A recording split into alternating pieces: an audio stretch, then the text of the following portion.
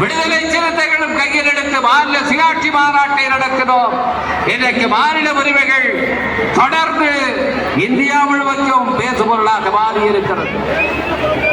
அதுபோலத்தான் இந்த மது ஒழிப்பு பிரச்சனை. தமிழ்நாட்டிலே பல கட்சிகள் இதை காலங்காலமாக பேசிக் கொண்டிருக்கிறார்கள். காங்கிரஸ் பேரியக்கம் துவங்கிய காலத்திலேயே மகாத்மா காந்தியடிகளிடம் பேசி இருக்கிறார்.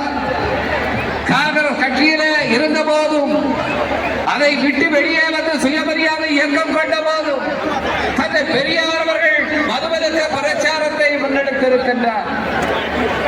பேரறிஞர் அண்ணா அவர்கள் ஆட்சி பொறுப்பேற்று அவர் வாக்குறுதி அளித்தபடி ரூபாய்க்கு 1 படி அரிசி கொடுக்க முடியாத அளவுக்கு நிதி நெருக்கடி இருந்தது. அன்றைக்கு மதுக்கடைகளை திறந்திருந்தால் ரூபாய்க்கு 3 படி அரிசி என்ற அவர் வாக்குறுதியை நிறைவேற்றி இருக்கலாம். ஆனாலும் கூட மக்களிடத்திலே சொல்லி என்னுடைய நிலையை சொல்லுகிறேன், ஒருபோது மதுக்கடைகளை திறக்க மாட்டேன் என்று உறுதியாக இருந்தார்.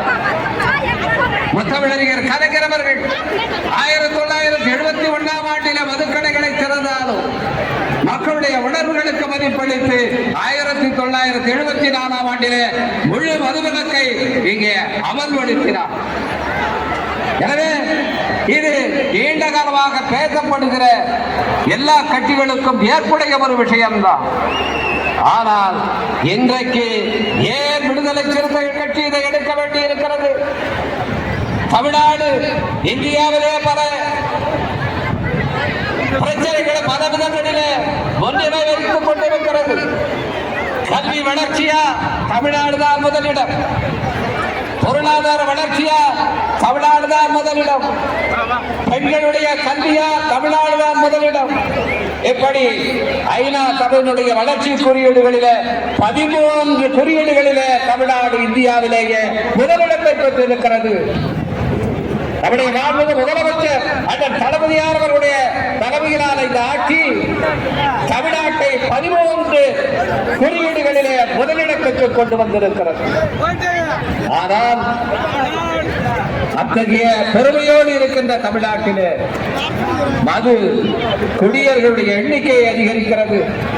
இந்தியா முழுவதும் மது அருந்துகிற ஆண்களுடைய சதவீதம் 22% என்று மதிப்பிடப்பட்ட நிலையில் தமிழ்நாட்டிலே 32% இருக்கிறது.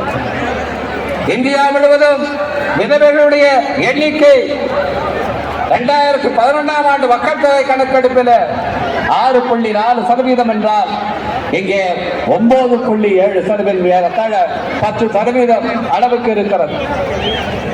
இந்தியாவை விட விதவைகள் அதிகமாக தமிழ்நாட்டில் இருப்பதற்கு என்ன காரணம் என்று நாகப்பட்டினத்திலே இருக்கின்ற ஒரு அமைப்பு, கலங்கரை என்கின்ற அமைப்பு, விதவைகளை கொண்ட அமைப்பு, அவர்கள் 16 மாவட்டங்களிலே ஆய்வு செய்து ஒரு அறிக்கை வெளியிட்டு இருக்கிறார்கள்.